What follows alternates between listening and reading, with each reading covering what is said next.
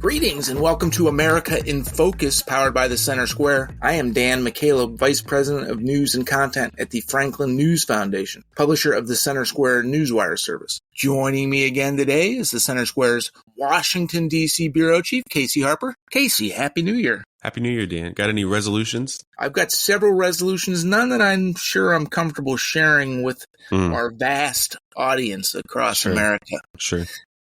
Casey, we are recording this on Friday, January 5th, and the national debt hit a new milestone at the very end of 2023, and not a good one, I might add, surpassing the 34 trillion, that's trillion, Trillion, mark, I can spell. The situation is so dire, there are renewed calls for a fiscal commission to figure out what the federal government needs to do about it. Bring us up to speed, Casey, on the latest debt crisis.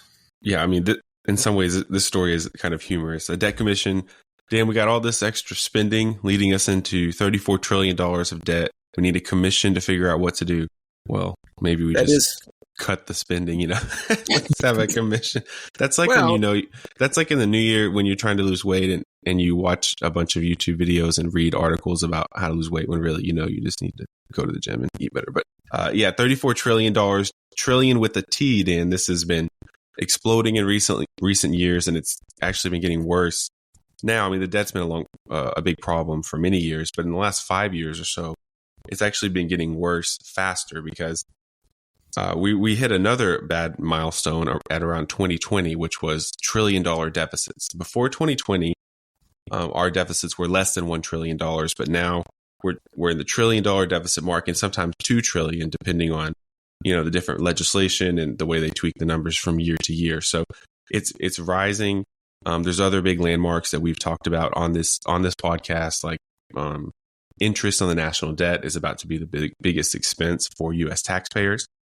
So not defense, not Medicare, not Medicaid, but just interest payments on the national debt is about to be the biggest expense for U.S. taxpayers, which is a pretty incredible fact. Also, there's several trust funds like Social Security, like the Highways Fund, that are facing insolvency in the coming years. If we don't get, so I'm going to come back to that in a second, Casey. Just a very brief explainer. You mentioned both the debt and the deficits. The deficit is the annual budget number where spending exceeds revenue by a certain amount of dollars. Meaning, just take your personal finances. You make a pretty good salary there, Casey. But if you spend... Wait, so your resolutions are private. My salary is... Got it. Keep going. You make a pretty good salary, Casey. But if you spend more money than you bring in, you accumulate an annual deficit, right? And that's what that's what the federal government has been doing for decades, essentially. But in 2020, as you mentioned, that annual deficit exceeded $1 trillion. And what that does is add to the accumulating debt, which is now at more than $34 trillion. Dollars. And if you keep deficit spending, each year you spend more money than you bring in revenue, that's going to add to that national debt. Did I get that right? Yes, you're right. I mean, that's how it works. And it's important because some experts say, well, our economy is so strong. Our GDP is, of course, the strongest in the world. The United States can afford to carry some debt. But the problem is the debt is still growing in the deficit. So theoretically, you could envision a world where lawmakers do something they don't usually do, which is come together and cut spending and get the deficit down to zero. If they did that, we would definitely be in a much better place financially, and we probably would potentially be okay because the economy is going to keep growing, right? And if the debt doesn't keep growing or at the same rate or faster than the economy, then we can probably afford to carry some of this debt. But when the debt is growing this fast and is actually getting larger than the GDP, you're running into a lot of problems, and we're seeing this, Dan. With interest rates on homes, for instance, there is some debate over this, but it's definitely true that debt spending it worsens inflation. And because inflation's been so bad, in part because of federal debt spending, they've had to raise interest rates, which is an attempt to cut inflation, but it has the externality of making mortgages very expensive. And so mortgage rates right now are around 8%. And so You can say that, 34 trillion is just numbers on a page. It's, the U.S. can afford to have this, but there are real world impacts. There are 8% interest rates. And as a result of those interest rates, fewer people bought homes last year, right. Because mortgages were just out of control because of that 8% interest rate. So all of this stuff sort of works together and affects the economy overall.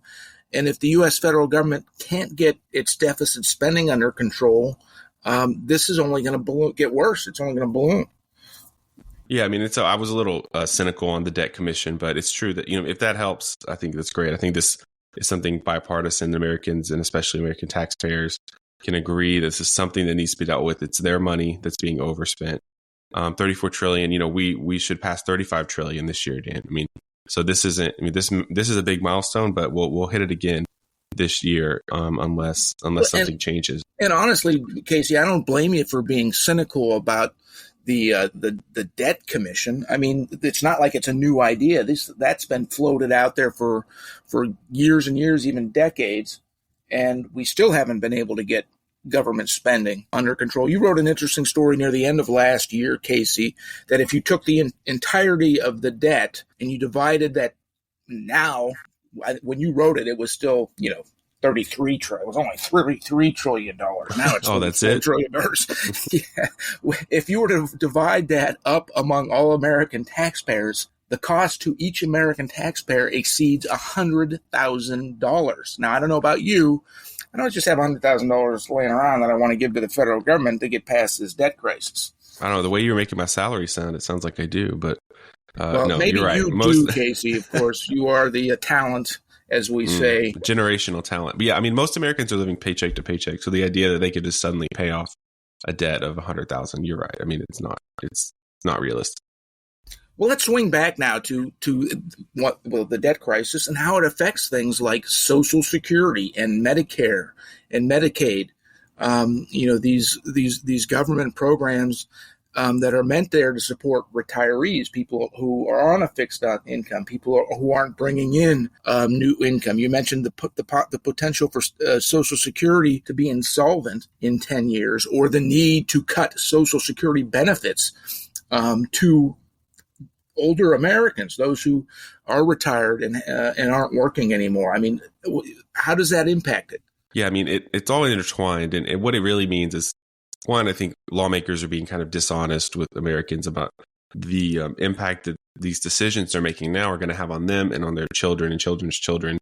And it's going to require some belt tightening. So it's not guaranteed that Social Security is going to have some cuts, because I think, when that time comes, lawmakers are going to be very highly motivated to intervene and do something, but they can't intervene and do something forever. And so if it's not this, it'll be something else. If it's not Social Security, it'll be Medicaid. And if it's not Medicaid, it'll be defense. But something has to give somewhere eventually. I don't think we're quite to that point. But if you start talking about, the next couple, 2 or 3 decades, you're going to start seeing either some kind of big changes. At the very least, I think the easiest, most manageable change is to just get the deficit down to nothing. We were under $1 trillion before COVID, and I think at least we could get there pretty easily. We're just about out of time, but one thing that we didn't mention that the Biden administration has mentioned is tax hikes. President Biden has not blamed the growing national debt, the growing budget deficits on government spending. He's blamed it on not enough taxes being collected. And specifically, he's blamed former President Donald Trump's Tax Cuts and Jobs Act for the spiraling deficit. So tax hikes very well could be in the conversation. And when you talk about federal taxes, most Americans, I think, will tell you we already pay too much. But that's certainly part of the conversation. Yeah, I mean, it's definitely, like I said, something has to give. If it's not some cutting of spending, it could be tax hikes, or it could be both. I think that the biggest thing, though, is you don't want to have to make that decision under the gun of debt collectors. Of course, it doesn't exactly work like that. But the longer you wait and the worse the situation gets, the more extreme the cuts are going to have to be, or the tax hikes are going to have to be when you finally do something. Listeners can keep up with this story and more at thecentersquare.com, but we are out of time. Thank you for your insight, Casey. For Casey Harper, I'm Dan McCaleb. Please subscribe. Thank you for listening.